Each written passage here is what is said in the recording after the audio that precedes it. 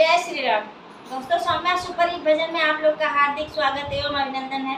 आज भोलेनाथ का एक बहुत ही दिव्य प्यारा सा भजन होने जा रहा है और आप लोग इसको सुनिएगा, पसंद आए तो गाइएगा और लाइक करिएगा, शेयर करिएगा, कमेंट करिएगा। जय भोलेनाथ। और सब्सक्राइब करिएगा नए हो तो। इसी सहयोग उम्मीद के साथ शुरू करते हैं आज का ये दिव्य भजन।